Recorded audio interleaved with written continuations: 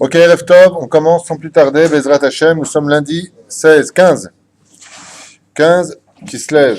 En hébreu, en français, je crois que nous sommes le 18, c'est ça? 18 novembre, lundi 18 novembre, il est 20h07, on a 7 minutes de retard. On est parti pour un cours pas spécialement intéressant. On parle de loi, mais ouais, on s'en va exactement. Ouais, c'est pas spécialement intéressant, on se casse. Non, il y a une mitzvah. D'ailleurs, sachez une chose, j'aimerais vous le dire une fois pour toutes. Vous savez que d'année en année, on revient sur les lois de Pessah, les lois de Sukkot, les lois de Shavuot, les lois de Hanouka ou de Purim, et puis on a l'impression, et autres bien entendu, on a l'impression que on les connaît par cœur, et que même si on les connaissait par cœur, comme le Rav Ovadia Yosef ou le Rav Andral Eliyahu qui ont compilé pour nous, Baruch Hashem, un condensé assez important du Shulchan Aruch pour nous donner le Shulchan Aruch, c'est-à-dire qu'est-ce qu'on doit faire Tachles, hormis le fait de les savoir par cœur, ce qui, bien entendu, d'année en année nous surprendra parce qu'on a toujours quelque chose de nouveau à apprendre. Il y a une mitzvah de les étudier, ce qui fait que même si vous les connaissez, il y a une mitzvah de les enseigner, de les étudier, de les connaître, car les orotes, c'est-à-dire que les lumières dans les mondes supérieurs de la fête, luisent toujours le jour de leur anniversaire. Et donc, comme on doit étudier les lois de Hanouka avant Hanouka pour être prêt pour la fête de Hanouka, ainsi que pour toutes les autres fêtes, c'est un moment de Et Ratson, comme on dit, Od Hazon Lamoed. À l'époque de Purim, on ne viendra pas poser une question sur la loi de Hanouka, si ce n'est quand c'est un rapport direct avec Purim. Sinon, qu'est-ce que répondra le Rav? Mais quel rapport? On n'est pas à Hanouka. Mais quand on est à la veille de Hanouka, comme maintenant on se prépare à 10 jours de Hanouka de pénétrer dans cette fête si grandiose qui nous met dans le monde futur, il y a une mitzvah d'étudier les lois de Hanouka. Donc prenez votre mal en patience. J'aimerais aller vite aujourd'hui.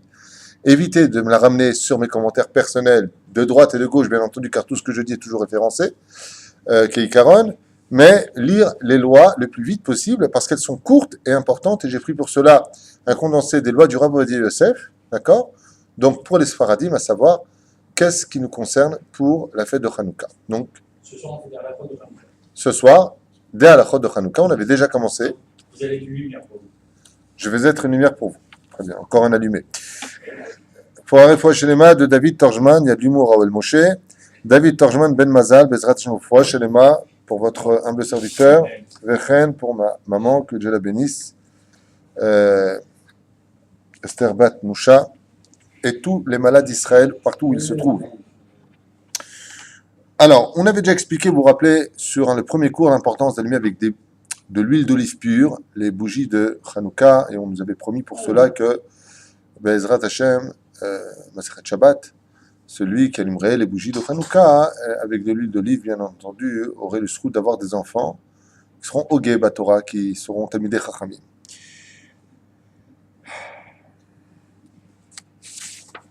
Voilà, on commence la première loi, on est dans la suite de ce que nous avions déjà étudié. Adam שנמצא אצל חברו והגיע הזמן הדלקה צריך ללך ולהדליק בביתו ולא ידליק אצל חברו, אבל אם אשתו מדליקה עליו יכול להישאר שם. Comme ça, c'est marqué dans le Kaf HaChaim, derech Hagav. Si une personne se trouve chez son ami, qu'est-ce qu'il fait là-bas? Je n'en sais rien. Imaginons qu'il est venu le voir et que la nuit est tombée plus vite que ce qu'il ne pensait. Est-ce que oui ou non, il pourrait les allumer avec lui? Rovadrat Meler, c'est-à-dire que plus il y a de personnes, Pirsoumenissa veut dire publication du Nes, du miracle. Est-ce qu'il les allume avec lui ou est-ce qu'il doit vite aller chez lui? La réponse est la suivante. Il se doit de vite aller chez lui pour les allumer aussi, sauf dans le cas où son épouse serait à la maison. Son épouse donc pourrait dans ce cas allumer pour lui à la maison, Ishu Beto, l'homme ou sa maison, ou plutôt et sa maison. Et dans ce cas-là, il pourrait rester avec son ami et allumer les bougies. Ça, c'est sur le domaine, bien entendu, de la halakha, sur le domaine éthique moral. C'est mieux d'aller vite allumer avec sa femme. Quelqu'un d'intelligent fait mintra et arvit le plus tôt possible, en Israël en tout cas, car en France les gens travaillent, c'est beaucoup moins facile pour eux. Et Ezrat Hashem, plus il y aura de monde pour l'allumage des bougies, et mieux ce sera, car c'est le but principal de la raison pour laquelle on va allumer ces bougies, montrer les orotes, faire monter la flamme, Bezrat Hashem, de l'espoir juif et surtout de l'âme juive. J'ai une question d'ailleurs à vous poser. Un homme qui rentrerait tôt à la maison, et puis voilà, que ses enfants viendraient vers les coups de 9h, 9h30, est-ce qu'il les allume avec tout le monde ou est-ce qu'il est préférable qu'il les allume en temps et en heure? Seul en temps et en heure vaudrait mieux que toute la famille réunie? d'après vous? Ah, non, moi, je crois. Alors. Limite le refaire faire par quelqu'un d'autre après. Le réallumer, si quelqu'un n'a pas allumé, le faire allumer. Le faire la mitzvah. Comment lui faire la mitzvah? Si c'est à 6h et que c'est à 9h, il faut que ça reste allumé une demi-heure. Oui, Donc elles seront éteintes d'ici là. oui. Refaire allumer la même chose à quelqu'un qui n'a pas allumé. Et et qu'est-ce qu'il fait? Il fait quoi? Il rallume la flamme. Mais c'est lui qui fait le rapport. Qui lui? Ah, la personne qui vient chez toi. Réponse fausse. Ensuite, Je pense que les enfants, c'est mieux. le Chaim lui dit, on fait avec la famille quand elle arrive, même si on est 2 heures, 3 heures après la tombée de la nuit. Réponse fausse. Il allume. Selon Rav Ovadia, bien entendu, non, il y a bien en mer. Il allume et il la quitte. Il allume et il la quitte. Donc toi, tu dis qu'il fait. Et les autres, quand ils rentrent? Ils ont quitté. Ok, Moi, je dis qu'il allume en temps et en heure la bougie du jour. ouais. Peut-être qu'il laisse. Alors lui, c'est un vrai allumé, on ne donnera pas son nom. Lui, il dit carrément, il allume la bougie du jour et le reste, il le laisse pour les autres. Cette réponse, je ne l'ai encore jamais lue nulle part. Il a Il inventé. allume et les éteint. D'accord. Alors, il les allume et les éteint. Une demi-heure. Il fait des guirlandes. Bon, on va donner la réponse d'elle-même. Entre le Seder et des fouillottes, c'est-à-dire, si je devais attendre la famille ou les allumer à l'heure, selon Rav Ovadia Yosef, sans aucun doute, on n'attend pas la famille, on les allume à l'heure. Qu'on soit 2, 1 ou 10, on les allume à l'heure. Juste un instant, il n'a pas fini. Après, il a dit, l'autre il vient, il allume, il fait la bracha, pas celui qui a allumé, l'onachon. Par contre, le Rav Ovadia précise qu'il est bon de rajouter beaucoup d'huile pour que quand les autres viennent, alors ils puissent voir la mitzvah. Mais dans le cas où tu allumes avec des fioles, c'est limité à 3 heures. Et s'ils viennent à 4 heures, il n'y a plus rien. Dans ce cas-là, celui qui veut, on peut réaviver les bougies, on peut réallumer les bougies de Hanouka sans bénédiction. Et donc, il peut le faire, le balabaït, sans exception. On les réallume, Lui, il n'a pas fait. on les réallume. Attends. Ça, c'est l'autre halakha. Pour l'instant, j'avais posé une question de parenthèse qui ne figure pas La ici. personne qui va les allumer, qui n'a pas allumé, qui n'a pas allumé chez lui. S'il les rallume sans bracha, il a. Mais on allumait pour lui, on parle dans le cas échéant, on allumait, c'est pour lui. La question que j'ai posée, c'est est-ce que si je devais rentrer chez moi, par exemple, ici, à 4h45, 5h moins le quart, on pourra déjà allumer les bougies, d'accord? Même un peu avant. J'arrive à la maison, il n'y a pas mon épouse, il n'y a pas mes enfants. J'allume ou pas? C'est la question que je pose. Est-ce que je les attends ou pas? Réponse, j'attends personne. Je les allume. Pourquoi? Parce que l'allumage des bougies selon Rambam, comme on l'a déjà précisé dans d'autres shiurim, c'est à l'heure précise. Il faut les allumer à l'heure. Donc, tout le monde s'efforce. Alors, qu'est-ce que font les pauvres? Les gens, ils travaillent. Alors quoi? C'est ça, Hanouka? Vous voulez la fête de famille? Quand ils viennent tous, par exemple, ils vont rentrer en France, les gens rentrent tard. Des fois, à 9h, Bekoshi, ils arrivent à la maison, 8h30. La nuit, ils sont rentrés depuis très longtemps, puisque à 5h, il fait déjà nuit. Alors, comment on fait dans ce cas-là? On les réallume, mais sans bénédiction, et on peut chanter, Anerot Alelou, et ainsi de suite. Ça va?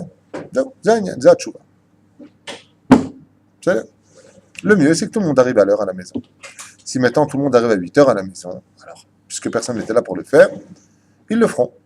Ça va? On avance. Qu'est-ce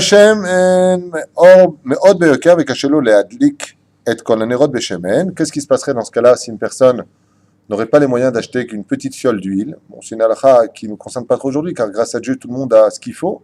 On achète les triangles ou les rectangles, les boîtes où il y a tout dedans. Mais dans ce cas-là, qu'est-ce qu'on ferait si on avait moitié bougie, moitié huile? Comment on ferait l'histoire? Eau et huile. Eau et huile. Je n'ai pas parlé d'eau pour l'instant. D'ailleurs, je te pose la question puisque tu as décidé de te la ramener en pleine question. Mon cher ami, hein, est-ce qu'on doit mettre de l'eau quand on met de l'huile? Ou est-ce qu'on doit mettre que de l'huile? Normalement, que de l'huile. Oui. On ne parle pas du candile, on parle des bougies de Hanouka pour l'instant. Soyez sérieux. Et pourquoi on rajouterait de l'eau s'il n'y a pas besoin? Il y a la quantité d'huile avec ou sans l'eau. Mazé Kachou. Si la fiole elle est trop, par exemple, elle est trop longue, on va Tout est parfait. On a ni long, c'est pas des fingers, c'est des trucs normaux. Pas obligé de mettre de l'eau. Dafka, il y a minak de mettre de l'eau. Pourquoi? Parce qu'il y a marqué Va'alou al Gabehen. Et nous avons gagné, nous sommes montés sur eux. Donc c'est eux qui sont, comme lui, il représente le peuple d'Israël et les Tunisiens. Sur ce, nous avons été capables de surmonter les ravages des tsunamis des Grecs. Vous avez compris ce que je veux dire? Donc, il y a une yann d'Afka de mettre de l'eau sous l'huile pour montrer que l'huile est supérieure aux autres liquides. Que Israël refera toujours surface, Minag Israël, Chou, Nachon Meod. Donc, dans ce cas-là, dans le cas où on a par exemple que la possibilité d'allumer qu'avec de l'huile d'olive pour 8 jours, on pourra allumer pendant chaque jour, le jour même avec de l'huile d'olive et en utilisant les bougies qui sont le Hidur Mitzvah. C'est-à-dire que si je suis au 3e jour par exemple, donc j'allumerai celle du jour sur laquelle je vais dire la bénédiction à l'huile d'olive, et le reste, je pourrai, comme elles sont mitzvah taïdour, c'est-à-dire enjolivement de la mitzvah, les allumer avec des bougies, dans le cas où je n'ai pas la possibilité. Bien entendu, ça, on parle dans le cas où on n'a pas la possibilité. Si on a la possibilité, il est matov ou manaïm. Il est hors de question qu'une personne se permette d'allumer avec des bougies, mais par contre, pour aller au restaurant ou au cinéma, il n'a pas de problème de payer. Vous voyez ce que je veux dire? On parle d'une personne vraiment qui est à la gorge. C'est là. On avance. Ah, qu'est-ce qu'on ferait d'une bougie si elle dégagerait en même temps 2 mèches? Attends le 3 ou pas de l'utiliser.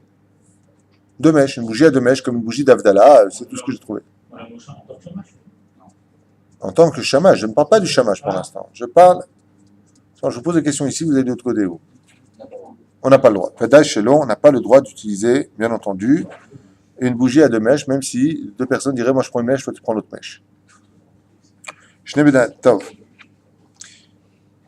Mila Keara Shemen Kipa Ptilot. Est-ce que j'ai le droit de prendre par exemple un bassin? Je pose la question ici, et je mets dedans des candiles, vous savez, des flammes, comment on appelle ça nous? Des flotteurs. Est-ce que je pourrais allumer dessus mes bougies? Par exemple, le 3e jour, je mets 3 flotteurs dans une coupole, comme on le fait comme on a. Non, séparé, comme une veilleuse. Vous savez, un bol. Allez, je prends un bol, je mets de l'huile dedans et je mets des flotteurs dedans. Non, il faut que chaque huile, chaque mèche a son huile, gauche à droite. On peut prendre le truc, mais il faut que ce soit séparé. Ah, si c'est pas aligné, si c'est tordu? Non. Si c'est en forme d'arc, c'est pas bon? Doit avoir son huile. Réfléchis bien. Tu crois pas? T'as jamais vu des ménorotes vendues qui sont d'Avkap à droite? En forme d'arc? Vous êtes sûr de ce que vous dites? Chacun son huile. Vous pensez vraiment ce que vous dites? J'ai jamais vu. Chacun son huile. Non. Alors, je vous le dis dès maintenant, pour pas perdre de temps avec cette halakha, quand même, bien sûr que je peux pas prendre un bol et mettre des flotteurs dedans et les allumer, sauf dans un cas. Si je lui mets un mircé, c'est-à-dire je le couvre et je les démarque, c'est-à-dire que je mets un mircé pour bien les séparer, c'est-à-dire que tu vois que les flammes sont séparées, mais elles flottent dans le même bassin. Pourquoi? Parce qu'on aurait pu penser que l'huile, c'est dans son compartiment. Si je prends un bol que je remplis d'huile, donc cette huile va servir pour toutes les mèches. Imaginez que je suis au 6e jour. Comment je fais dans ce cas-là? Si de l'extérieur, avant d'allumer mes mèches, j'ai mis le mircé, c'est-à-dire le couvercle dessus, qui va faire donc sortir par son trou chaque mèche, et que je puisse distinguer qu'il s'agit ici de mèches différentes, même si elles prennent leur huile à la même source, donc dans le même bol, zekan moutar. Sinon, c'est interdit. Est-ce que j'ai été clair? Oui.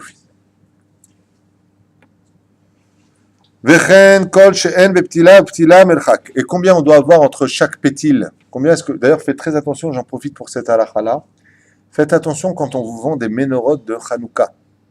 Parce que souvent, on vous vend des ménorotes, mais c'est pas très très bien ce qu'on vous vend. Parce que la distance entre chacune d'entre elles n'est pas assez large, espacée. Selon la halakha, il y a marqué Merchak Rochab Etzba.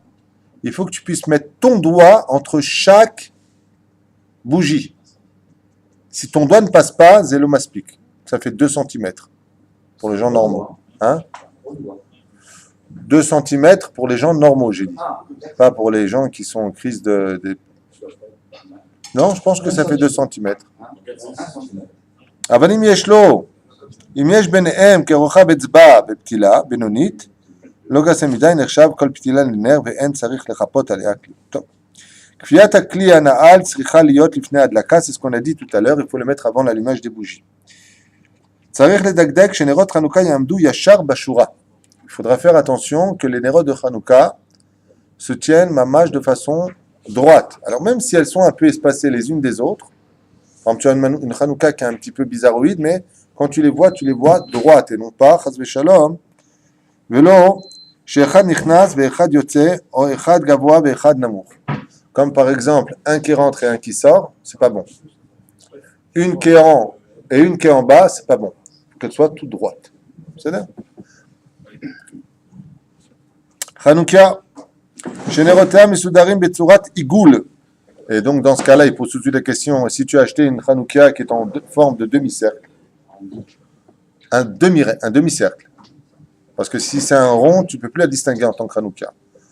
Alors, est-ce que oui, dans ce cas-là, c'est permis? Oui, puisqu'on a dit qu'elles sont toutes à la même hauteur, ni une devant, ni une derrière, mais elles suivent une courbe parfaite. Donc, oui, c'est permis. Tov liten tachat hashemen bener me'at ma'im. Voilà ce que je vous ai dit, c'est marqué ici. Il est bon de mettre un peu d'eau. La Hot Chavrou Israël, montrer qu'Israël a su surmonter ses ennemis. L'endroit où on dépose la Hanouka. Bon, la généralité, je ne veux pas trop perdre de temps avec ça, même si on va citer quand même quelques halakhot dans ce domaine. Mais le but principal, c'est de trouver l'endroit où la Hanouka pourra être le plus vue par les gens de l'extérieur. Le plus vue. Donc il faut trouver où est-ce qu'on pourrait la mettre, cette Hanouka, mais il y a quand même des distances minimales. Alors, voyons ensemble ce que nous livre ici la halacha. Makom hanchat Hanouka, im yesh lo chalon, apone le reshut harabim, והחלון נמצא בגובה של 20 amot, donc à peu près 20 amot. Ça ferait combien d'étages? 9 mètres 60. On peut considérer qu'on parle ici de 3 étages. Puisque à peu près un étage, ça fait 3 mètres de hauteur. On peut considérer que la personne ici habiterait au 3e étage. Ma'inaf kamina, la halacha ne prend pas en compte les gens qui marchent comme ça. Vous savez, les têtes en l'air. Ah, ça va, toi, ça va. Elle considère que les gens, quand ils marchent la tête droite. Donc, quand tu viens jusqu'à un horizon devant toi, même la tête droite, les sages ont estimé qu'on parlait du 3e étage quand tu marches droit, pas plus haut. Donc, à partir du moment où tu habites déjà au 2e étage, c'est encore valable. 3e étage, il va falloir trouver l'endroit le plus plausible, le plus adéquat, ne serait-ce que pour le regard des voisins, parce que tu as aussi des voisins qui sont à droite et à gauche. Alors de quoi est-ce que l'on parle? 9 mètres 60. Mikarka reshut harabim yadlik sham ve'afilu sha'achalon eser tfahim mikarkat habayit. Même si on sait que la fenêtre est à 1 mètre au-dessus du sol de la maison.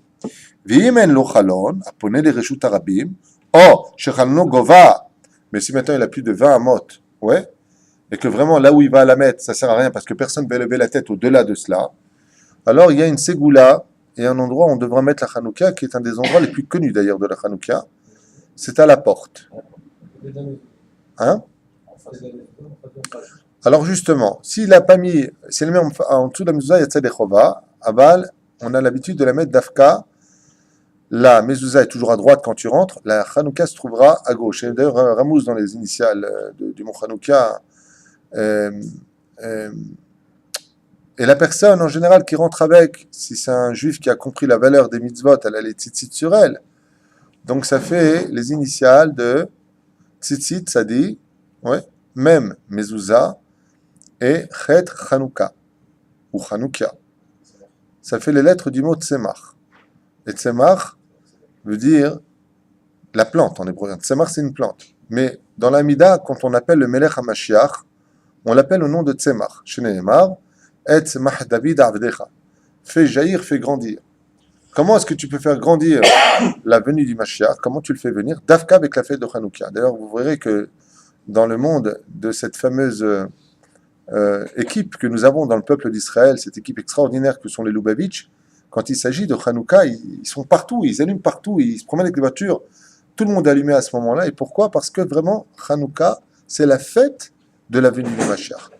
C'est la fête de l'espoir du monde de l'obscurité, comme on est en train de le vivre aujourd'hui, comme on le verra demain soir, parce que demain soir, on fait un chiour général pour les femmes, mais c'est un chiour aussi pour les hommes, quelque part, sur la venue du Mashiach. Comment est-ce que la lumière peut-elle surgir de l'obscurité? Comme on le verra, puisque la fête de Hanouka a toujours lieu pendant le Shabbat de Miketz, et Miketz, c'est l'endroit où sort Yosef précipitamment du monde de l'obscurité, alors qu'il est jeté en prison pour monter en une seconde d'un homme prisonnier oublié de tous dans le monde entier et se retrouve vice-roi d'Égypte. Donc c'est la fête de l'espoir. Je vous dis comme ça un petit secret de l'étude. Sachez que la fête de Hanouka, ce n'est pas une fête de commémoration antique, mais que tout ce qui s'est passé à l'époque de Hanouka avec Yehuda Maccabi, et bien entendu toute la guerre qui eut lieu et ainsi de suite, sont des événements qui reviennent en potentiel. C'est-à-dire que si on est capable de les les attraper, on est capable d'en profiter. Comme dit Rabbi Nachman de Breslev, tout le mois de Kislev est un mois de miracle absolu, mais les 8 jours particulièrement. C'est des moments où il faut beaucoup prier à Hachem, beaucoup se rapprocher, raviver notre neshama, qui est notre âme, de la poussière de la terre dans laquelle nous sommes ancrés du matin au soir. Et comment est-ce qu'on ravive une âme? Une fois de plus, toujours la même phrase pathétique à écouter, à réécouter, avec le sourire sur les lèvres. Si les gens savaient combien d'être triste ça apporte la guine, ils arrêteraient de l'être, je vous le promets. Vim en lo chalon, il fait là-bas, comme on a dit. Donc, quand il est à l'intérieur de la maison, la Hanouka à droite, la mezouza à gauche. Quand il rentre, la mezouza à droite, la Hanouka à gauche. Et c'est là-bas qu'il allumera en espérant que Bezrat Hashem, les gens qui montent les escaliers, puissent voir sa Hanouka. Mais Petar Beto Bifnim. Bien entendu, s'il habite à Saint-Denis en France, ou à Lyon, où non, Villeurbanne, il y a quand même pas mal de juifs. À Montvelin. À Montvelin, Crénon. Ah, qu'est-ce que tu dis? Montvelin. Bon, Vaux-Ronvelin, Crénon d'Idiou. Alors, donc, s'il habite dans un patelin perdu là-bas, et le mec s'il met une Hanouka dehors, c'est comme si il est en train de dire: les mecs, je suis juif, venez me planter. Ouais. On n'a pas le droit de mettre sa vie en danger. Dans ce cas-là, on l'allume pour la maison, à l'intérieur, Bezrat Hashem, même si on n'a rien à craindre de quiconque. Quand on est dans le monde des mitzvot et de la Torah, on n'a rien à craindre de personne. Aval, kol echad, לפי דרגתו ומעלתו. וזה מה שכתוב, הרבים וידליק בפתח ביתו מבפנים בצד שמאל של פתח כנגד המזוזה. והניחה שמה, donc, יוד טפחים, ça veut dire 80 cm à peu près, du sol, on mettra la Hanouka. On met à Shoshat Fahim, 24 cm, c'est à partir du minimum, c'est 24 cm. Okay? Aval lo yoter mi 20 amot, mais pas plus, chas v'shalom, de 9 mètres 60, מקרקעת הבית כמובן, כמו שולחן ערוך, חזון עובדיה וכן על זה הדרך, sinon on a tout perdu. הלכה הבאה, גובה סנטימטר היום הוא 2 מטר 60 à peu près, chaque appartement fait à peu près de ועובד תקרא, il dit ici, quoi ça nous sert de savoir tout ça, לפי זה יש לחשבון את העניין, ah d'accord, il vient nous expliquer pourquoi ici ils ont considéré que ça faisait 3 étages, 9 mètres 60. Ok. שמדליקים בבית הכנסת, המדד להדליק אף למעלה מיוד פחים.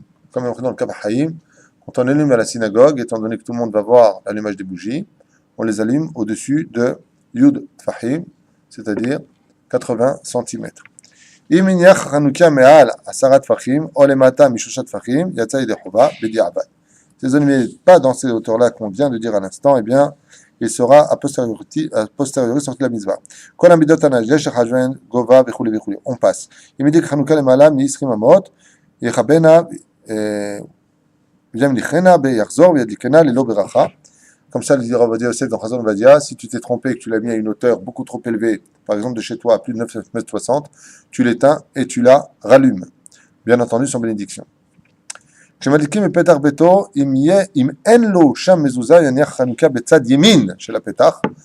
Et ça, c'est encore un chidouch du Shulchan Aruch, c'est lui qui n'a pas de mezouza, là où il allume la bougie. Pourquoi de l'autre côté de la porte ça mène à un kajibi, à l'endroit qui sera, on va dire en d'autres termes, quitte d'une mezouza. Dans ce cas-là, si là où il allume, il n'y a pas de mezouza pour X raison, mais c'est un endroit qui donne sur un reshut arabim, dans ce cas-là, s'il n'y a pas de mezouza, il ne met pas la Hanouka. Hanouka ne la met pas à droite, il la met à gauche, ou alors quand il rentre, il la met à droite. En d'autres termes, il placera la Hanouka à l'endroit de la mezouza, pour que ce soit plus clair pour tout le monde. בבית הכנסת מדליקים את החנוכה בצד דרום, והנרות יהיו מסודרים, on l'allume au sud dans la synagogue, בין מערב למזרח, afin de placer les bougies entre l'est et l'ouest, l'ouest et l'est, pardon. והדרך המהודרת שיעמוד המדליק באופן שיגבו לצד דרום ופן הצפון. Pourquoi? Vous savez pourquoi on faisait ça? C'est comme ça qu'on l'allumait dans le בית המקדש. זה זכר לבית המקדש. כדאי לי בברכות בבית הכנסת צריך שיהיו לפחות מניין. Pour allumer dans une bête à Knesset les bougies de Hanouka, de la Hanouka, il faut être minimum 10. Mais ce 10 dont on parle est un 10 un peu spécial. Pourquoi? Parce qu'en général, dans toutes les fêtes juives, un minyan n'est composé que d'hommes. 10 hommes. Aval, dans le cas échéant, Lav Davka. Les femmes, Nahon, Pirsum Menissa, étant donné que tout le monde était concerné par le miracle, les femmes pourront compter dans le minyan. Mais il y a d'autres poskim qui disent, c'est le seder. Oui, mais pourquoi? Il dit parce que Mimel et les autres, ils vont aussi venir à la synagogue. Donc ils vont voir les bougies qui sont allumées. Azegam Beseder. Avant quoi qu'il advienne, si on a 10 avec les hommes et les femmes, il n'y a pas de problème. Tanim Igil Egil Chinour Migil Shesh. Et un enfant, à partir de quand on pourra le considérer dans le minyan? 6 ans. Et pourquoi? Venashim Safot Minyan, les Gabé Zé, comme c'est marqué dans Chazon Ovadia. Halakha Lamed Bet. Adaka bevet Knesset Teaseh al Yedei Arav ou Shamash. Chez nous, le Shamash ici, il est trop petit pour atteindre les bougies. Mais il faut que ce soit une personne en général pieuse qui le fasse. Et je ne sais pas pourquoi tout le monde se débarrasse de cette mitzvah à la synagogue. Va allume-toi, je les allume chez moi, comme si tu le fais la bracha ici, tu ne peux pas le faire chez toi. Au contraire, tu gagnes la mitzvah ici et là-bas. D'accord? Donc pour Maurice, ça portait un escabeau de haute taille. Adlaka bebet knesset ta'aseh al yedei arav ou shamash. כן? אחד שהוא גדול, אבל לא על ידי קטן, כיוון שאין זה לא כבוד הראוי לפרסום הנס. Mais pas par un enfant, car ce n'est pas digne de dévoiler le miracle de Hanouka par un enfant. Il faut le faire, Bezrat Hashem, par quelqu'un de grand en Torah, le plus possible. כשהם עניין ועומדים להגיע, ואין זמן לחכות, אלא הם כגון בערב שבת, אז מה יעשה? Qu'est-ce qu'on fait dans ce cas-là? Une mahloquette. Il y a toujours un Shabbat qui tombera dans Hanouka puisqu'il y a 8 jours. Même déjà avec 7 jours, il y a déjà. Ouais. Maintenant, comment on ferait pour allumer les bougies si Maurice il vient ici, il vient pour allumer les bougies. Maintenant, il n'y a personne. Une demi-heure avant, pas l'Avdavka, une demi-heure avant. L'Avdavka, même 5 minutes avant, même 1 minute avant. Avant l'heure, c'est pas l'heure, après l'heure, c'est plus l'heure. Non. Il y a une de faire rentrer Shabbat. Tu as raison, mais dans le cas de Hanouka d'Avka, il faut un peu tarder. C'est-à-dire qu'il faut arriver juste avant l'entrée de Shabbat. D'accord? Mais la question que je vous pose, c'est qu'est-ce que ferait Maurice maintenant? Il est là avec 2 tondus ici, ils attendent que tout le monde vienne et que tout le monde allume à la maison. Donc c'est un peu compliqué. C'est pour ça que c'est mieux de faire des Chagab le vendredi de Hanouka Tfila Mincha Gdola. C'est mieux de le faire. Pourquoi? Parce que tu allumes les bougies chez toi, tu viens, tu pries Mincha. Mais les bougies montrent que tu es arrivé dans la nuit du lendemain, c'est-à-dire vendredi soir, c'est déjà pour le samedi. Si tu pries Mincha, c'est celui de vendredi. C'est pas très cachère tout ça. C'est valable, c'est pas très cachère. Donc il faudra faire Mincha Gdola Bezrat Hashem à 1h ici, comme on a l'habitude de le faire, d'ailleurs je crois que tous les ans on fait ça. Et tu viens juste avant Bezrat Hashem. Alors, la question qui est posée ici, c'est une marloquette entre le Rav Ovadia, ici dans Chazon Ovadia, top, et le Kafahaim. Qu'est-ce qu'il ferait Maurice dans ce cas-là? Est-ce qu'il allume avec la bracha ou sans bracha? Il est seul ou... Seul. Mais tout le monde arrive, il est seul. Il est seul. Il est avec 3 à 4 personnes, 5 personnes, il n'y a pas minyan. Hein? Bli bracha, tu dis, toi, Shlomo? T'as maigri, Shlomo. Hein? Il y a une ara. Amshalik. Alors, voilà, mahloquette entre 2 frères. Il y a Shlomo et Asher, de Lyon d'ailleurs, à côté de Panthère. Donc, toi, tu dis avec Bli bracha. Toi, tu vas selon le Kaf Haïm. Et lui, il est mechaven comme le Rav Ovadia Yosef. Lui, il donne la réponse jusqu'au bout. Il dit avec bracha, puisque de toute façon, ils vont venir. La bracha, elle est là pour pirsoumer Nissa. Arami Kansu, Azirou. Le Rav Ovadia Yosef, il dit il n'y a pas de safek, toi, tu dis à safek. Tu veux jeûner ou quoi? Alors, comme ça, les dates, Rav Gaon, Rav Ovadia Yosef, Zatzal, le Chazon Ovadia, il marque là-bas, il y a de l'ik-im beracha, avec la bracha. Dans le Hamoud Noudbet, là-bas, il rapporte cette halakha. Aval, il n'y a pas de minyan, mais attention, on sait qu'ils vont venir. On sait qu'ils arrivent. C'est-à-dire, המדליק בבית הכנסת מברך כל הברכות, וכשמדליק אחר כך בביתו, אם יש עמו עוד אנשים, חוזר מברך את כל הברכות, אבל אם אין עמו עוד אנשים, לדעת כף החיים מברך להדליק ועשה ניסים, אבל לא שהחיינו לדעת הרב עובדיה יוסף, מברך רק להדליק נר חנוכה. Si une personne a allumé les bougies ici, son Rav Ovadia Yosef il allume là-bas uniquement la dik ner Hanouka, son Kaf Haïm il refait les 2 autres bénédictions. Mais pas chez Echien. C'est pour ça que dans ce cas-là, étant donné que si une personne a allumé ici les bougies, il peut laisser son épouse Ishu Beto, Bezrat Hashem, faire la bénédiction à la maison, Vela Adlik, pour toutes les brachot. Car je rappelle que la bénédiction ici ne sort pas de la misva, c'est pour le tzibour. Donc il faudra rallumer à la maison. D'accord? Berev Shabbat. אם ברכו כל הקהל בביתם ומדליקים הגבאי בבית הכנסת לדעת הכף החיים יברך כל הברכות חוץ מברכת שהחיינו, si ça tombe במוצאי שבת, à part שהחיינו לדעת הרב עובדיה יוסף, Il y avait rak ladik. Donc ici, pareil, une fois de plus, pour le Inyan. Imberchu kol hakal bebetam. Ils ont tous fait la bracha. Donc, pourquoi ils ont tous fait la bracha à la maison? Ça tombe, on a dit, Erev Shabbat. S'ils ont allumé à la maison, ils vont venir à la synagogue. Ils ne peuvent pas venir à la synagogue après retourner à la maison allumée, c'est pas possible. Donc là-bas, ils ont dit Shecheyanu. Donc qu'est-ce qu'il fait le Gabaï? Sur Rabbi Yosef, Rak ladik ner Hanouka. Zéou. La nerot à la lou et tout ça, tant que c'est les champs, il n'y a pas de problème. בבית הכנסת שיסיימו הציבור עם התפילה ורוצה הגבאי לכבות חנוכיה רשאי אף שלא דלקה חצי שעה רשאים ניתן לכתחילה שמן בחנוכיה פחות משיעור חצי שעה שיספיק רק לזמן לתפילת ערבית. Comme ça dit le Rav Ovadia Yosef Zatzal. Curieusement, je vous avais fait un examen sur tout ce qu'on est en train de voir, je suis sûr que j'aurais pas eu beaucoup de bonnes réponses. Hein? Pour la prière de Harvit, imaginons maintenant que j'ai une bouteille d'huile à la synagogue, et je remplis maintenant mes petites... aidez-moi dans les noms en français. Parce que...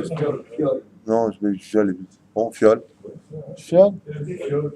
Fieux, j'aime pas. Godet. Petit dé. Godet. Les godets, je sais pas comment t'appelles ça, peu importe. Tom, fiole. Il dit, selon Rav Ovadia Yosef, tu n'es pas obligé de remplir Khatisha. Pourquoi? Parce que la prière d'Arvit, elle va durer combien de temps? 20 minutes maximum. Un quart d'heure. 18 minutes. Après, tout le monde s'en va. Donc, il n'y a plus personne dans la synagogue. Afilou, selon le Rav Ovadia Yosef, tu n'es pas obligé de remplir pour une demi-heure. Pourtant, tu as fait la bracha, parce que la bracha que l'on fait à la synagogue, c'est une bracha b'ifnei atzma pour le tibour de la synagogue. Mais quand tu fais dans la synagogue, il n'y a plus personne dedans. C'est pour ça que même après, tu peux les éteindre, bichlal. Ou alors, tu mets bichlal pachot, comme ça. Et regardez bien ce qu'il dit. ורשאים ניתן לכתחילה שמן בחנוכיה פחות משור חצי שעה ושיספיק רק לזמן התפילת ערבית. Ça veut dire que à la synagogue, tu peux juste te mettre à la limite pour la quantité d'huile, juste pour 20 minutes. Non, tu peux pas dire pour marquer le coup. Non, pour que les gens voient. Les farcelles.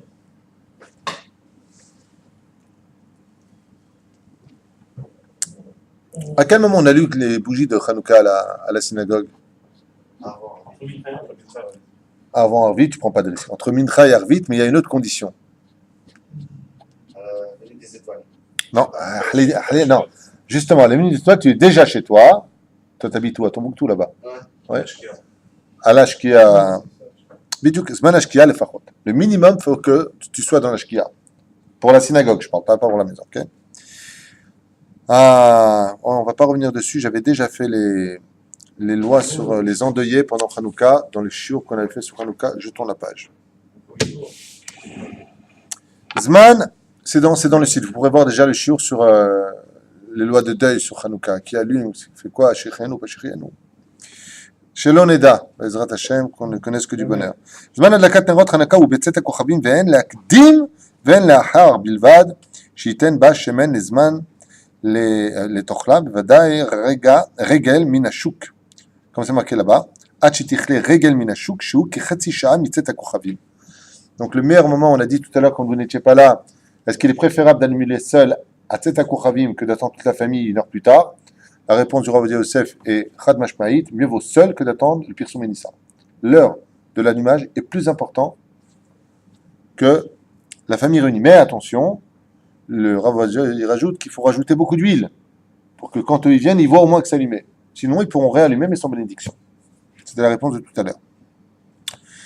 Zman Tzet HaKochavim לדעת האור לציון הוא כ-27 דקות מהשקיעה ולדעת הרב עובדיה יוסף כ-27 minutes selon l'or Lézion et sinon selon Rav Ovadia Yosef 13 minutes et demie exactement à partir de la shkia. Donc si la shkia par exemple à 5h, 5h13 et 50 et 30 secondes, vous êtes déjà dans la shkia.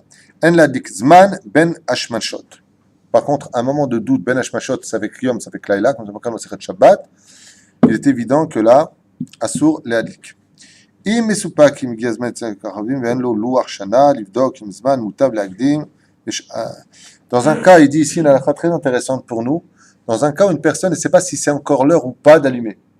L'allumage des bougies à l'heure est tellement important que dans le doute, mieux vaut allumer avant que d'être sûr après.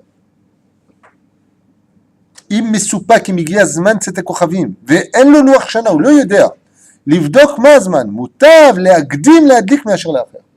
il est préférable d'allumer dans le doute avant l'heure qu'après l'heure. Le mieux, c'est de savoir. C'est-à-dire,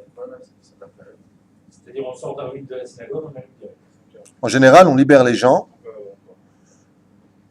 Ici, par exemple, en Israël, on libère les gens 10 minutes, 12 minutes avant l'allumage des bougies. Pourquoi? Le temps de les laisser rentrer à la maison. À moins qu'ils ont le don de pouvoir se déplacer à travers le temps. Mais c'est ce qu'on fait en général, oui. Et de toute façon, tu vois les Abrichim ici, dès qu'on finit arbitre, les Shabbat sont déjà dehors. Hein. C'est un qui habite là. Donc, une demi-heure avant l'allumage des bougies, on n'a pas le droit de consommer quoi? C'est la question qu'on va voir tout de suite. Pas de kabetza, donc du pain à partir de 54 grammes. Ad she'adlik ve'im itri lechol yafsik kshegia zman adlaka. Et s'il a fait son repas, il a oublié l'allumage des bougies, il s'arrête. Et bien entendu, aval perot, hein, il allumera les bougies. Aval, tant qu'il s'agit de fruits, yaourt ou autre chose, tant que c'est... Oui, mais ça dépend combien. On va y arriver. 215 grammes. L'ilmod asorak shemegia zman adlaka. On n'étudie pas en général une demi-heure aussi avant l'allumage des bougies, sauf si bien entendu on parle d'un shiur kavua. Si c'est un shiur qui est fixe tout le temps, on peut, mais on ne vient pas commencer à jouer les érudits une demi-heure avant l'allumage des bougies afin d'être prêt pour l'allumage des bougies. Shiur Torah mitkayem bekviyut, c'est ce qu'on vient de dire. Veyesh rachas chas veshalam qu'il annule, vetamut Torah keneget kulam, donc on la laissera. Adif litpalel arvit lifnei adakat nerot Hanouka. Il est évident qu'on doit prier arvit, il est préférable de prier arvit avant d'allumer les bougies. Kevan c'est-à-dire tadir kodem, c'est ça le klal. Du fréquent au moins fréquent, priorité au fréquent. Comme on fait plus arvit dans l'année que l'allumage des bougies de Hanouka, hein, alors on se devra d'abord faire la prière de arvit et ensuite prier, allumer les bougies de Hanouka. Malgré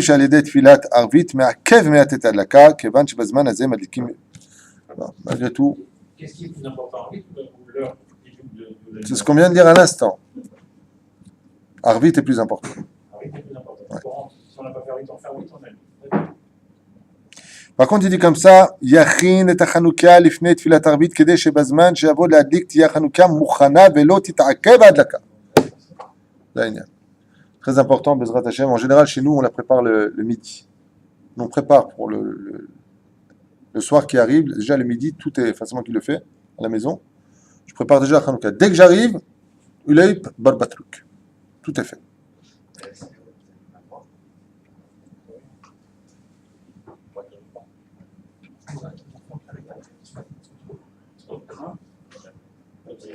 Quelqu'un qui a allumé avant la shkia, il est sorti de la misva, on a dit tout à l'heure, à posteriori, avant la shkia. Il a allumé avant la shkia. Voilà, c'est. Il devait voyager. יוצא בדיעבד יצא. לפני השקיעה? כן, כתוב מפורש. המדליק לפני השקיעה, לא יברך על הדלקתו, אפילו שבדיעבד יצא ידי חובה. selon כף החיים זה comme ça. נו, אז אני שואל אותך, מה הדין? Quelqu'un, il doit prendre la voiture, il part Gvisha Arava, longues heures, il doit partir maintenant. S'il n'allume pas, il est foutu. Maintenant, la shkia n'est pas encore là. Il va mettre une grande quantité d'huile. Maya, c'est Lo Yevarer. Il allume et il ne fait pas la bracha. Yatsa yedei chova. אם הדליק לפני זמן פלג המנחה, יכבנה ויחזור וידקנה בזמן בברכה. S'il allume avant plag המנחה, alors là bien entendu il éteint, il recommence tout et il allumera avec la bénédiction. בערב שבת מדליק החנוכה, ייתן בה שמן כשיעור, תפסיק לדלוק עד חצי שעה אחרי צאת הכוכבים. Il faudra faire attention pour le Shabbat Kodesh de mettre assez d'huile dans la Hanouka afin que Be'ezrat Hashem, Yitbarach Shemo La'ad, après la sortie des étoiles, cela continue encore à brûler pendant une demi-heure. Be'ezrat Hashem. Même il y a de laisser une quantité pour que quand tu reviennes toi-même de la Beth Knesset, tu puisses jouir de la lumière Be'ezrat Hashem de Hanouka. Même si on n'a pas le droit d'utiliser la lumière de Hanouka à des fins personnelles, c'est une grande ségoula de regarder les flammes de Hanouka dans la beauté qu'elles représentent. C'est une grande ségoula. C'est un grand remède pour les yeux. Imidlik betaout mizban abmincha. On passe tout ça parce qu'on ne veut pas rester des heures dessus. Amadik betaout biyam shlishi. Ah, ça c'est intéressant. Une halakha que je vais découvrir avec vous. Enfin, découvrir non, on les a déjà faites et refaites, mais Juste comme ça. Idlik betaoud beyom shlishi shténerot. Il s'est trompé 2 jours. Le mardi, il a cru que c'était le lundi. Donc il a allumé combien de nérotes? 2 nérotes. Il a fait, c'est bien. Quoi la kavod? Or beyom reve'i, ou le 4e jour, shalosh nérotes. Les dates kafahayim, yadlik aharkach ma shechiser. C'est bon, hein? Il doit compléter selon le kafahayim. Aval et le bracha. Ou les dates Arav Vadia Yosef, dans Chazon Ovadia, Hanouka, dans le Hamoud Kaftet, il écrit là-bas, Yatsa Yedechova, ve'en tzach lachzor ve'ladik lo. Heureusement qu'on a le Rav Vadia Yosef qui nous sauve la vie de tous nos problèmes. Comme on peut le constater. Tu t'es trompé, c'est pas grave. Tu continues à allumer, mais l'autre, c'est aussi. Tu n'es pas obligé de rajouter ce que tu as raté. Selon Kafahayim, oui. Qu'est-ce qu'il dit? L'important, c'est d'allumer une. Ça, c'est une autre question, ce que tu es en train de dire. C'est-à-dire que si je n'ai que 8 bougies, qu'est-ce que je fais? Eh bien, chaque jour, tu en allumes qu'une seule. C'est une autre question. D'accord? Les autres mitzvot, c'est des mitzvot à Hidour. On a dit tout à l'heure. Oui, il en a allumé 2 au lieu de 3, mais il s'aperçoit à la dernière que c'est fini. Si, surélevé, c'est compliqué déjà ici. Il en a allumé 2, il fallait en allumer 3. Ouais. Mais il continue dans son rythme. Il s'aperçoit par un ami que le dernier jour, c'est fini. Il va quand même allumer une, ou c'est fini. Après, c'est Dans ce cas-là, on va dire, s'il s'est trompé, par exemple, le jeudi, il s'est rendu compte qu'il avait allumé 3, eh bien, il allume 5. Il ne va pas compléter ce qu'il a. Il allume le jour même de ce qu'il doit allumer. Ou metaken et tataout. La question posée, c'est qu'il s'est trompé dès le départ. Donc, il continue, il s'est trompé. Ah non.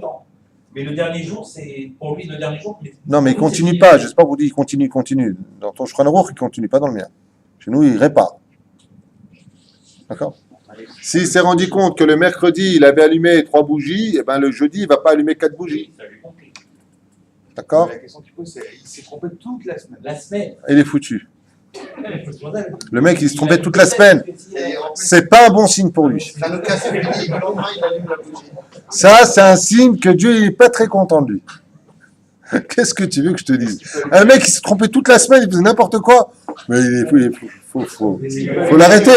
Est-ce qu'il peut allumer la 8e bougie alors que Hanouka est terminé? Non, mais Le jour où il se rappelle que c'est un bon jour, il a une petite heure, il va se rappeler quelque chose quand même, le monsieur. Non? Il va quand même appeler les renseignements généraux, non? Mais j'ai jamais vu quelqu'un faire ça, mais ça doit exister. Et pourquoi on pousse la reste, c'est pas le 9 jours? Je dis ça comme ça parce que toutes les fêtes, c'est rajouté. T'as dit quelque chose de très intelligent dans ce que je dis ça comme ça. Comme ça.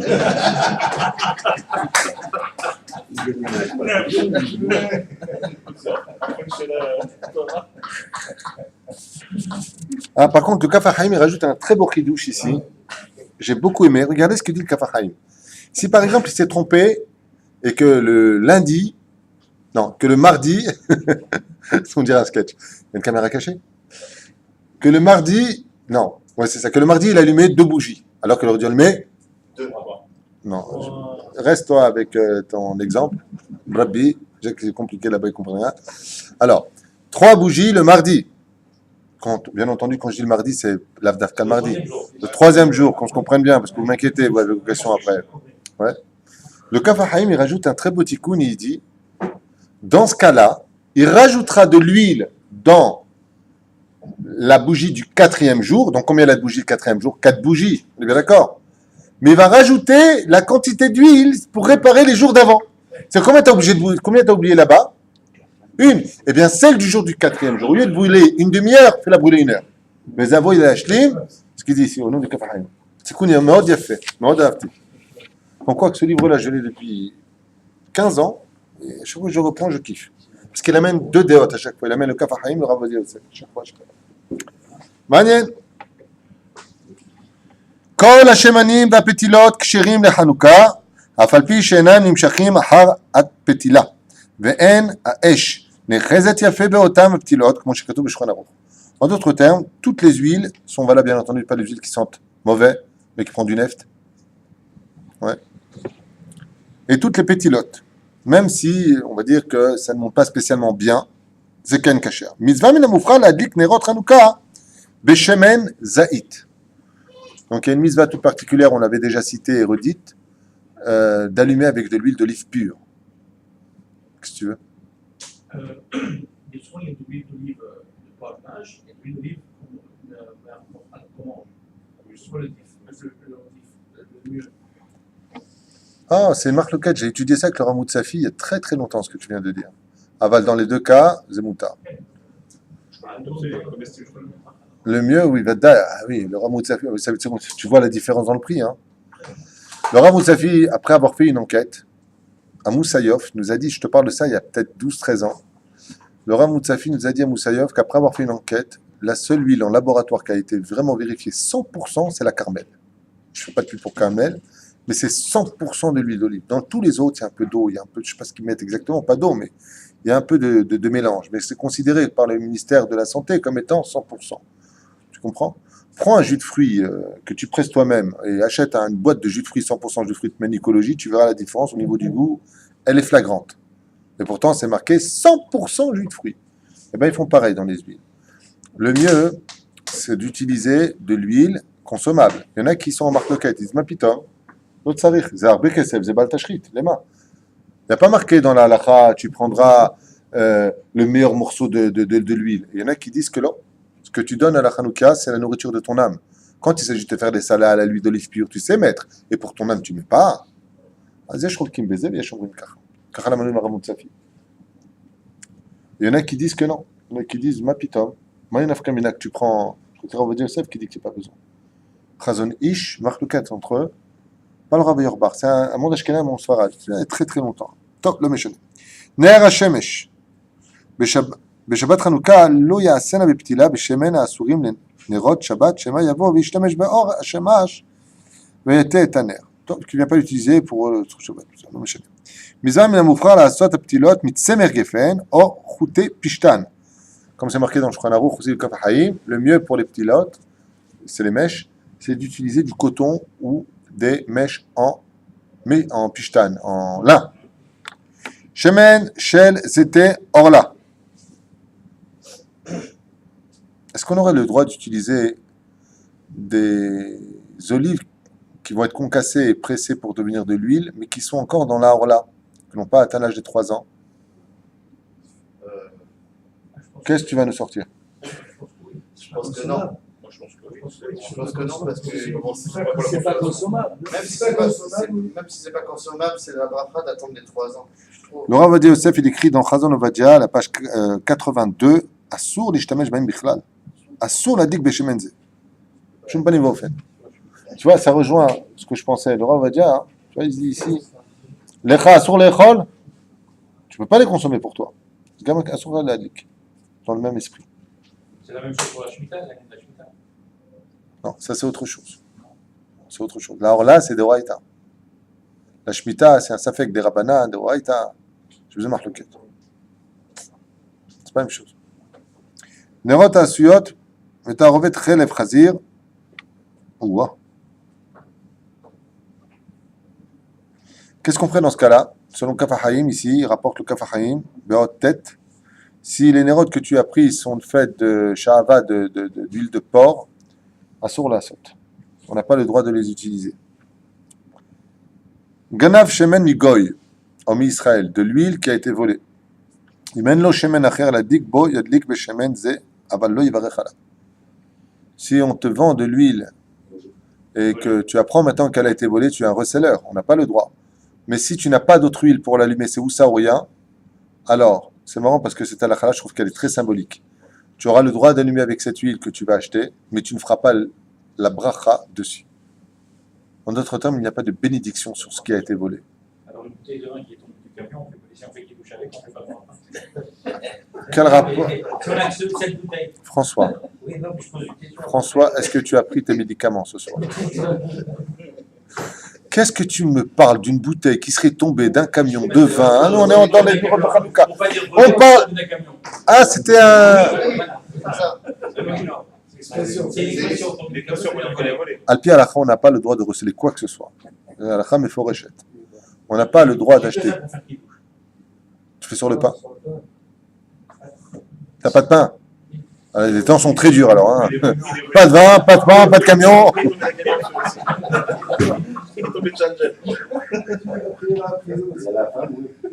Mais par contre, quand on arrive, Shemen. mais quand on arrive devant le magasin, on voit le prix, on dit ça si tu voles.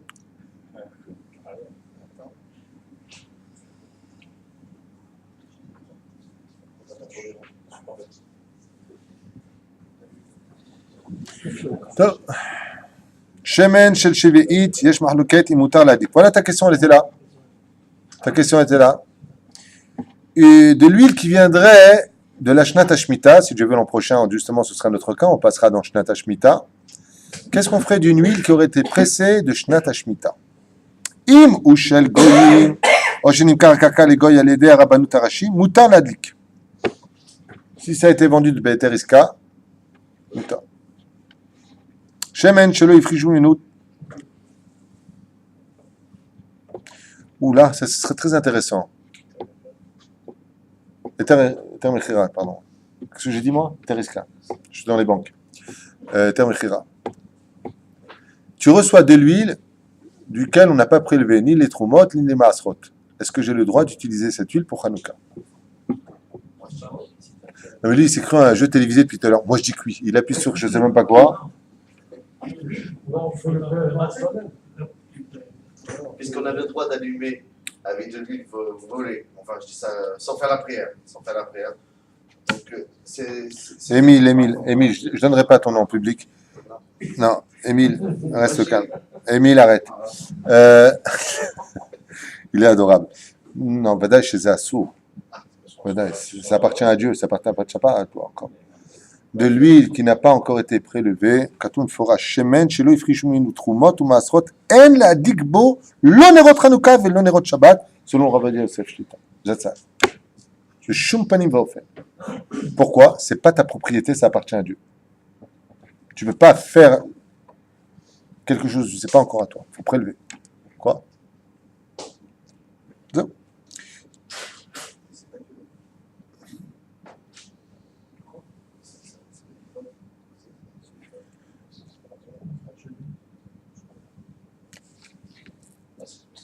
Est-ce qu'on peut sortir de la mitzvah en allumant des nerot chashmaliot? C'est-à-dire que j'ai un système électrique, vous savez, comme toutes les synagogues, ils font une menorah comme ça et puis ils allument. Est-ce que je peux sortir de la mitzvah? Pas du tout. C'est peut-être pour la bête avec les farcelles ou la Donc, quelque chose. Non.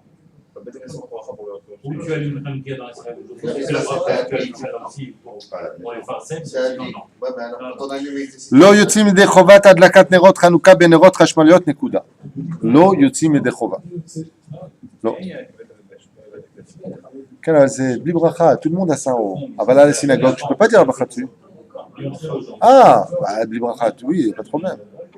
C'est comme le mec qui met ça sur sa voiture, il se promène avec une menorah, il fait pas la bracha dessus, il peut pas. Les gens vont. C'est non. Au Torah, on avait dit que Et si c'est du gaz, Oui.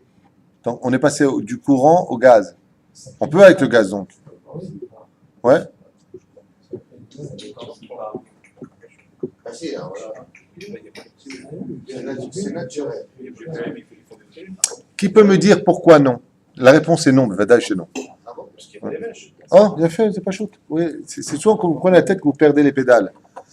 Il vient de donner la réponse. Tout le inyan des flammes de Hanouka, c'est la mèche. Le gaz, tu fais comme ça, comme ils font. Le gaz, il sort et la flamme, elle sort, mais il n'y a pas de mèche. Tu veux que je te vende la mèche maintenant? Parce que dans le domaine de Hanouka, il y a là-bas, dans le monde ésotérique de la Torah, le Shem Havaya.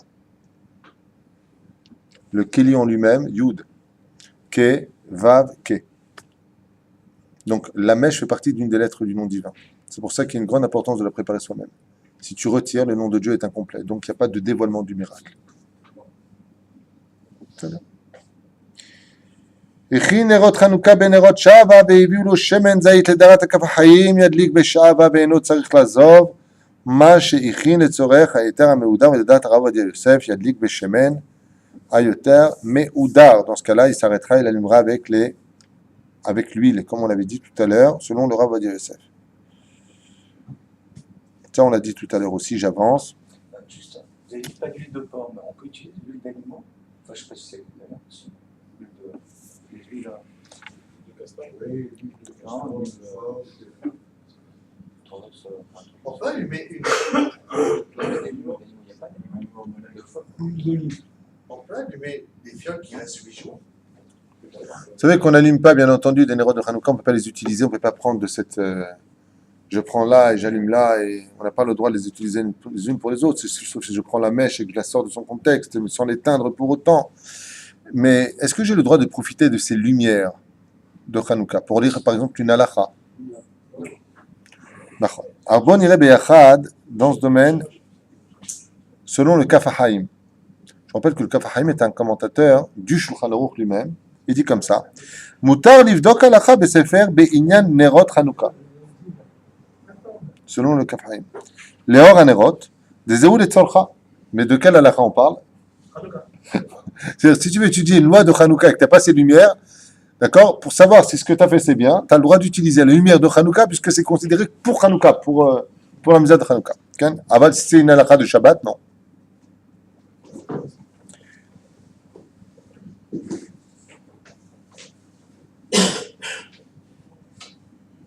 Est-ce que j'ai le droit d'utiliser, c'est-à-dire je veux passer dans un couloir, il y a les nérodes de Hanouka qui sont allumés. Maintenant, est-ce que j'ai le droit de passer en utilisant la lumière? Je la touche pas, hein, mais la lumière me sert à voir clair dans mon passage. Ou est-ce que je dois passer, fermer les yeux pour ne pas profiter de la lumière?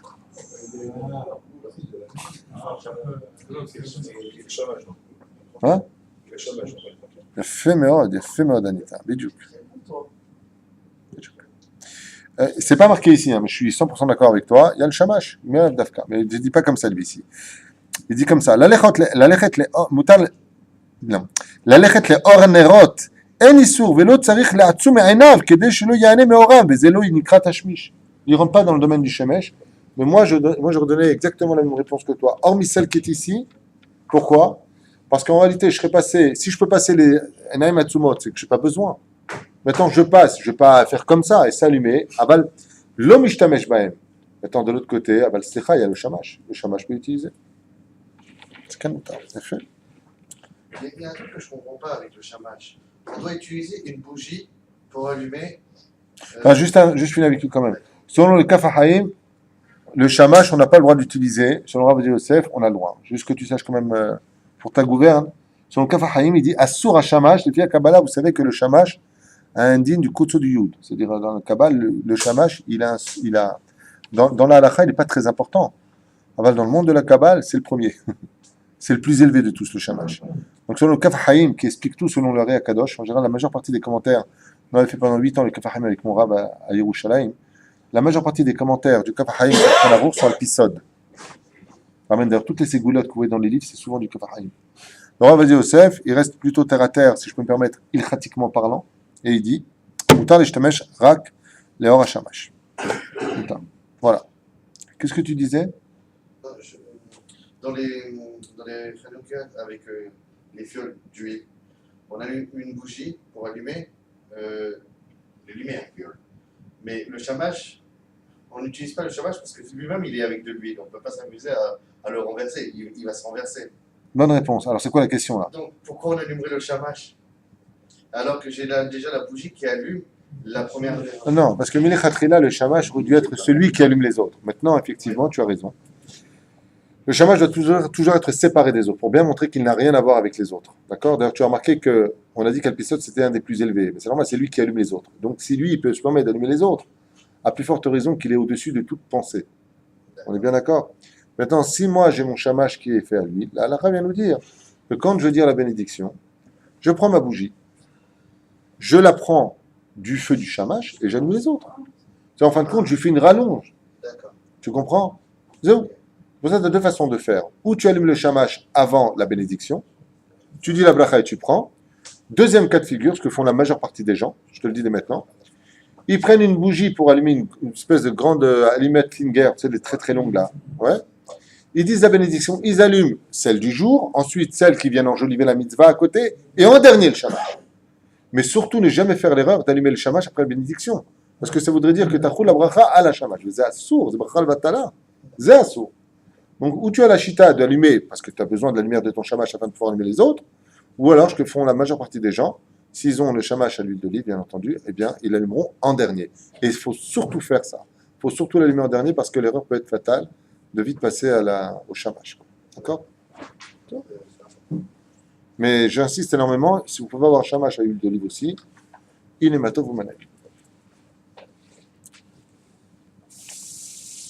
Le shamash doit toujours être placé ici, selon Kafahim, le tzad yemin shel Hanouka, kedesh yadlikim mismol le yemin, v'aner acharon, il y a un shamash. Voilà. Il dit qu'il faut toujours qu'il soit à la droite, ça représente le chesed de la Hanouka. ההדלקה עושה מצווה, ולכן אם הדליק במקום שהייתה ראויה להישאר דלוקה וחיבתה, אין צריך להדלקה שוב, אבל מצווה שלמה יחזור וידליקנה, אבל לא יברך שוב. Comme c'est marqué dans Shulchan Aruch, Kaf Haim. L'adlaka en elle-même, c'est ça la mitzvah. Donc j'insiste énormément, quand vous venez pour allumer votre Hanouka, vous avez votre allumette ou votre bougie, ou peu importe comment vous l'allumez, la belle-mère, vous allez allumer la première bougie, on est bien d'accord? Ne retirez pas la flamme, laissez-la monter d'elle-même. Olam et Eléa. Ouais. Une fois que tu as commencé à allumer, tu te retournes, ça s'est déjà éteint. Ça n'a même pas tenu une minute. Hadlaka, Osa et ta mitzvah. Tu as allumé, il n'y a pas une demi-heure, tu as fait la mitzvah. Parce que l'allumage en lui-même, c'est ça la mitzvah sur laquelle tu as fait la bracha. Alors le mieux, c'est de réallumer sans bénédiction. Aval, tu n'es pas obligé. Aval, le mieux, c'est de réallumer sans bénédiction. Chaz v'shalom. Pas redire la bracha. אם הדליק הנרות במקום שיש רוח עשויה לכבותה, לחזור והדלקה, אבל לברך שוב.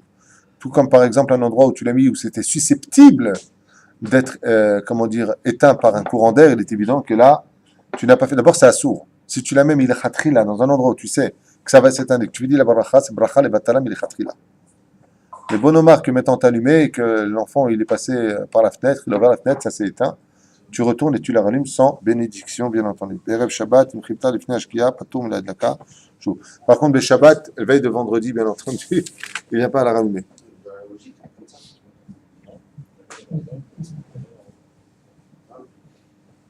Sauf si, bien entendu, il a encore le temps de le faire sans bénédiction. כשמחמיר להדלקה שוב, לא ידליקנה על ידי נר אחד שנשאר דלוק בחנוכה, אלא ידליק או מאש אחרת, או על ידי נר השמש, שם on avait déjà fait נרות נסליק על ידו, ולקה. C'est ce que je dis tout à l'heure. אם חיבה אותם במזיד, תוך חצי שעה ידליקנה, יחזור וידליקנה שוב. Et s'il a éteint la Hanouka, il a fait exprès. Avant la demi-heure, il devra la rallumer sans bénédiction.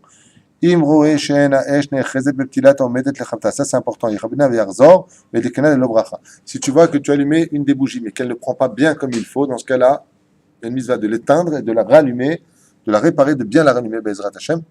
Tout ça, bien entendu, sans répéter la bénédiction qui avait déjà été dite au préalable.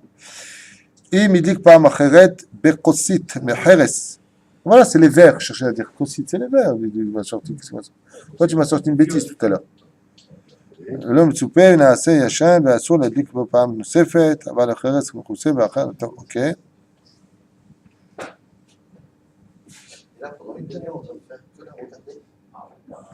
Non, tu l'allumes, tu peux partir, mais le mieux c'est de rester un petit peu autour, de leur donner le respect qu'il aurait dû pendant la demi-heure si tu peux le faire.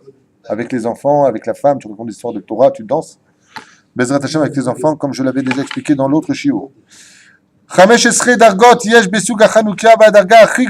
y a 15 espèces de Chanoukiot de valeur. Vous savez que dans ce monde, on dépense beaucoup pour les hôtels, pour les restaurants, pour des choses qui finissent ou sur les photos ou dans les toilettes, avec tout le respect que je vous dois. Mais pour les choses qui concernent le monde des mitzvot, il ne faut jamais hésiter à dépenser, car ce sont des choses qui marquent l'éternité de nos moments. Et que même si on n'a pas pris de photos, c'est Dieu qui prendra les photos, puisque toute notre vie nous est redévoilée le jour de notre départ.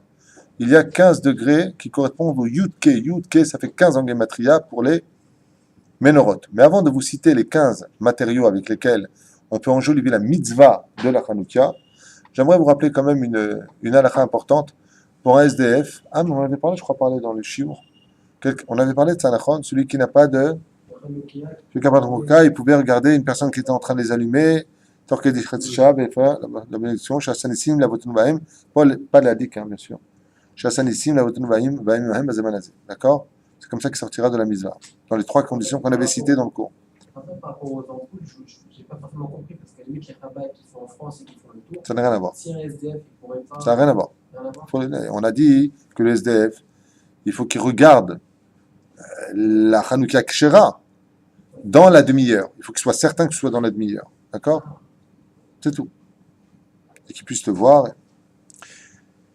On vous dit tout de suite, d'abord, celui qui peut se permettre Bezrat Hashem, en général, dans toutes les mitzvot de la Torah, on évitera toujours de prendre l'or, car l'or représente Midat Adin, la rigueur. Dans le cas de Hanouka, on ne prend que de l'argent. D'accord? Comme disent les sages, dans le Talmud, il y a un très beau proverbe qui dit « La parole vaut de l'argent, mais le silence vaut de l'or. »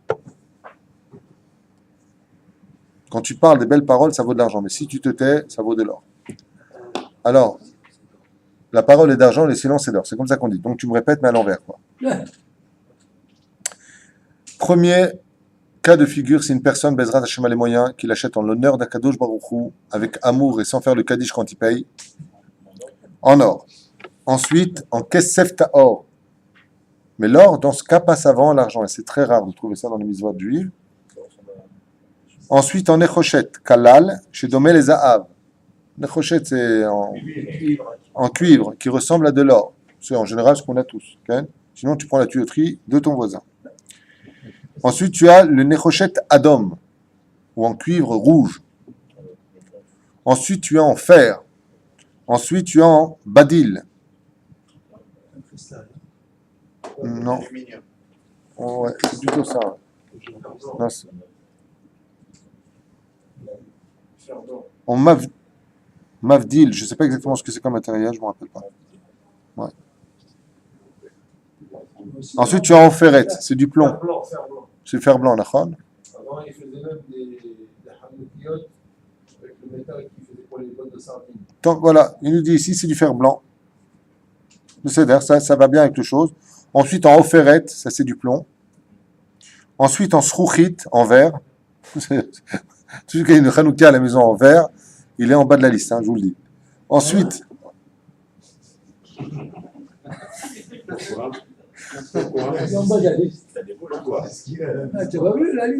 on est dans la liste des meilleurs matériaux et des plus pourris.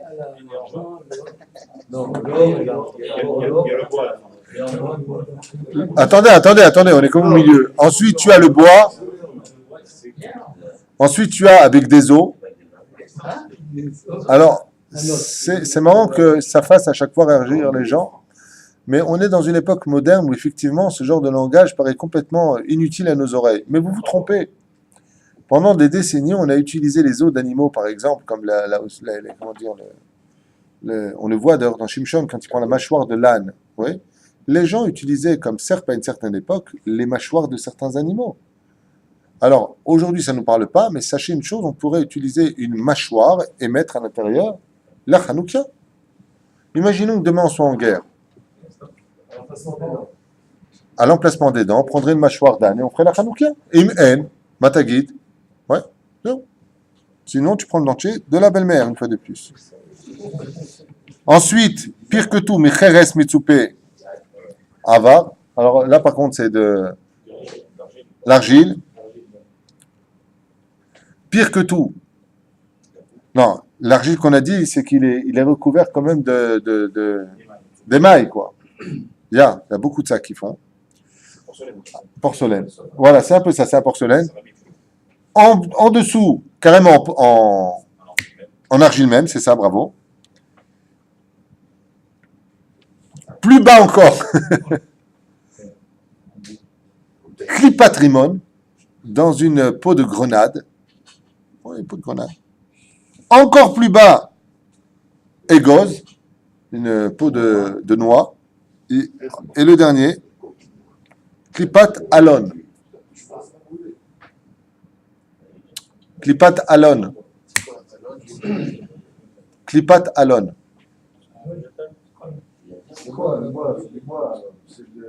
Non.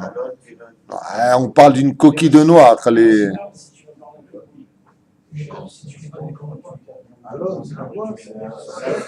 C'est un feu exotique alors.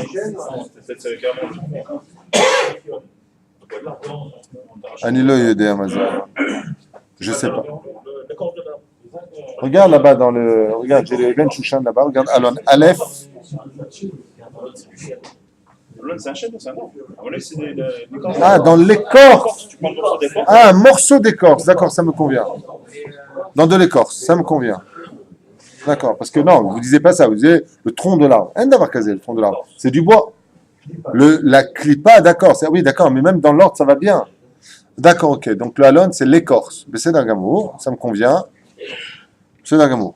Et il dit comme ça, le Rav, à la fin, plus une personne achètera une belle Hanoukia en l'honneur d'Akadosh Baruch Hu, plus son niveau sera haut dans sa magnificence de l'accomplissement d'enjoliver la mitzvah de Hanouka.